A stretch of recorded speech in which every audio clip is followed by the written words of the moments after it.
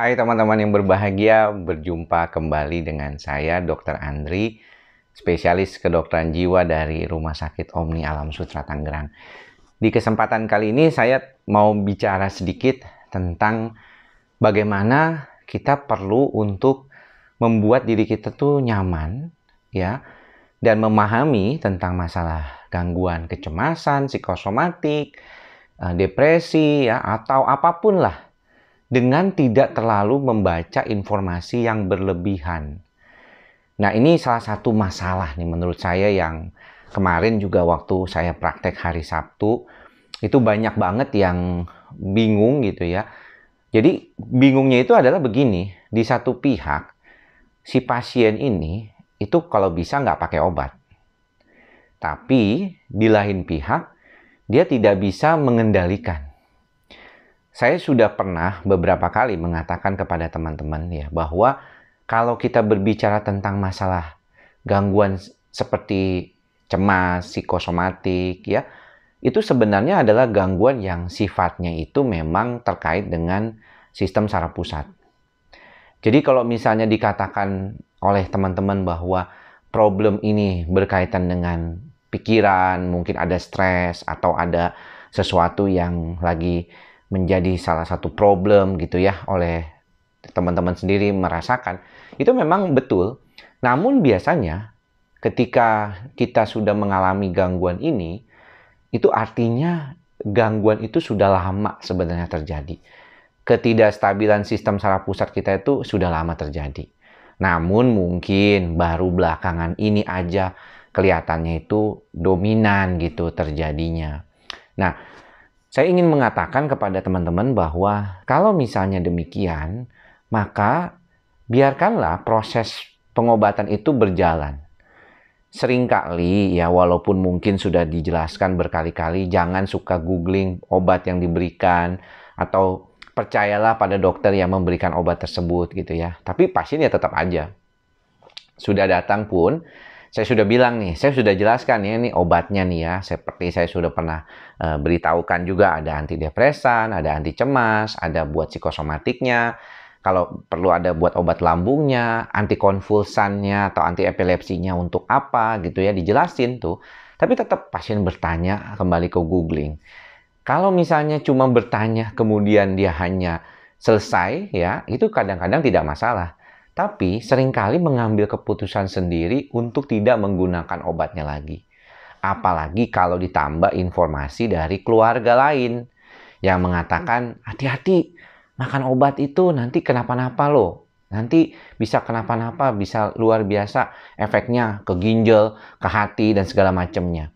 Padahal sebenarnya kalau kita mau jujur ya, makanan yang kita makan sehari-hari aja, apa misalnya bakso, ya kemudian mie, tepung terigu gitu ya, kemudian juga minuman, dan hal-hal yang sebenarnya sehari-hari kita makan, itu juga semuanya punya pengaruh ke ginjal dan hati kita gitu ya. Cuma orang berpikirnya bahwa pertama mungkin itu obat kimia, ya kan.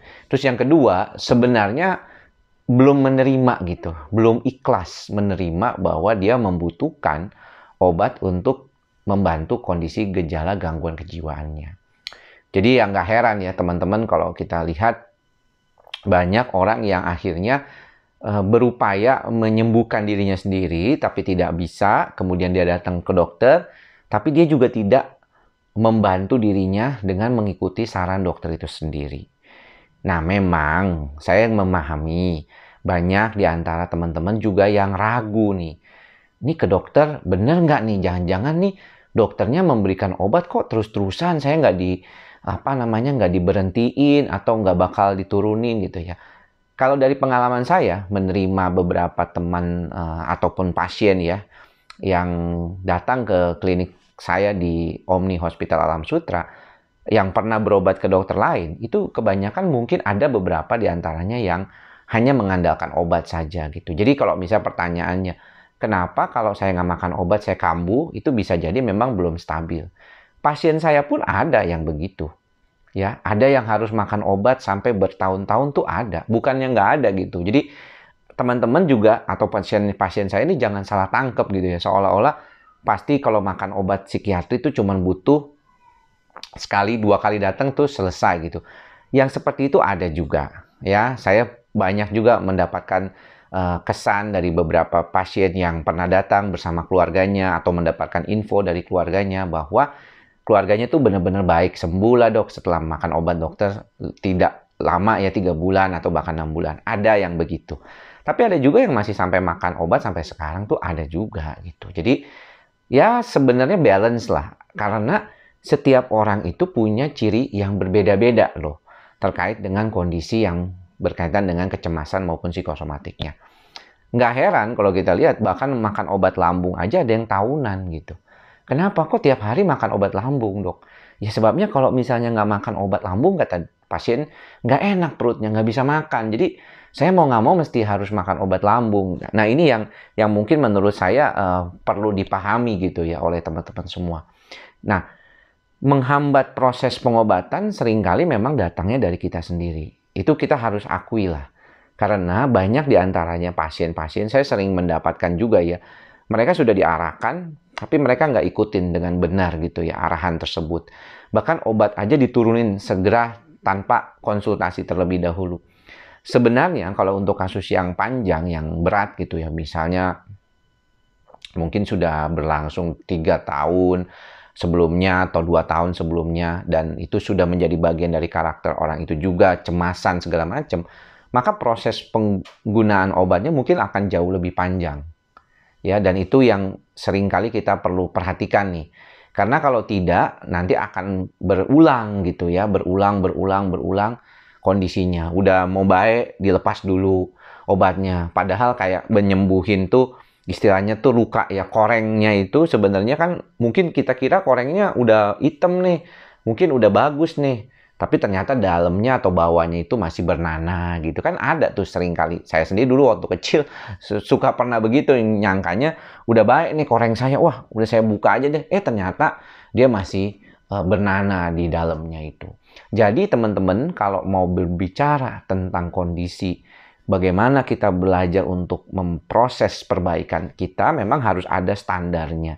Pengobatan untuk kasus gangguan cemas bisa berlangsung singkat ya, kurang dari 3 bulan ya, apalagi kalau misalnya ternyata pasiennya juga membantu dengan segala macam cara yang bisa membuat dia rileks, nyaman, dia berubah kehidupannya pelan-pelan, memodifikasi hidupnya supaya lebih rileks, lebih santai ya, dengan penuh pengorbanan tentunya. Nggak ada yang nggak ada pengorbanan ya. Saya lihat orang kan pengennya tuh kehidupannya kalau bisa tetap sama seperti sekarang gitu ya.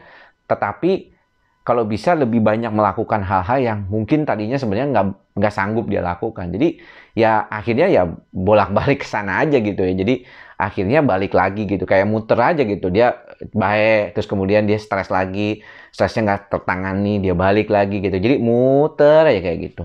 Nah ini yang kita nggak inginkan ya teman-teman ya.